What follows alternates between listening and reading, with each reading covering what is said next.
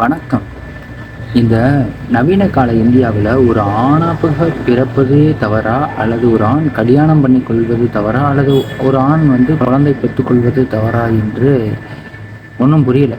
ஏன்டா இப்படி பைத்தியக்காரன் மெண்டல் மாதிரி பேசிட்டு இருக்க அப்படின்னு கேட்டிங்கன்னா, அதாவது ஒரே ஒரு நீதிமன்ற தீர்ப்பு என்னை இவ்வளோ தூரம் யோசிக்க வச்சிருச்சு. அந்த தீர்ப்பை பாரேன். பார்த்துட்டியா?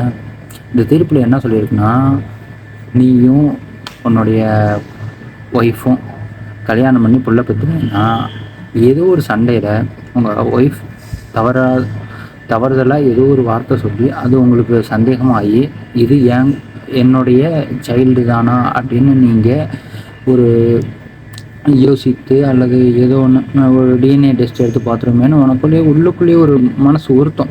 அது நான் இப்போ நீ வெளிப்படையாக உனக்கு இல்லை அந்த மாதிரிலாம் எனக்கு அந்த மாதிரி எண்ணம்லாம் இல்லை அப்படின்னு நீ சொன்னாலும் உனக்குள்ள அந்த உறுத்தல் இருக்கும்.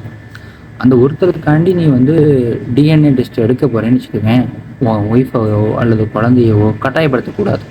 இதுதான் சட்டம் சொல்லுது. நீ என்னதான் பயாலஜிக்கல் மூலமாக குழந்தையே பிறந்தாலும் அது உனக்கு தான் பிறந்துச்சா, கல்யாணம் பண்ணிவிட்டு நீ புள்ள பற்றினா அது ஒன்று தான் அப்படின்னு அவங்க எழுதி வச்சிட்டாங்க. இதுதான் இந்த தீர்ப்பு சொல்லுது, இந்த ஜட்ஜ்மெண்ட்டு சொல்லுது. ஏன் இதை சொல்கிறேன்னா, ஒரு பொண்ணு ஒரு பையனுக்கு காதலிக்கும் போது ஒரு மெசேஜ் பண்ணியிருக்குது. என்னென்னு மெசேஜ் பண்ணியிருக்கு தெரியுமா? நான் கல்யாணம் எவனவனா பண்ணிக்குவேன், ஆனால் குழந்தை உங்ககிட்ட தான் பெற்றுக்குவேன்னு சொல்லி ஒரு பொண்ணு காதலிக்கக்கூடிய பையனுக்கு அனுப்பியிருக்கு. அதையும் இதையும் லிங்க் பண்ணி பார்த்துக்கோ, உனக்கே புரியும்.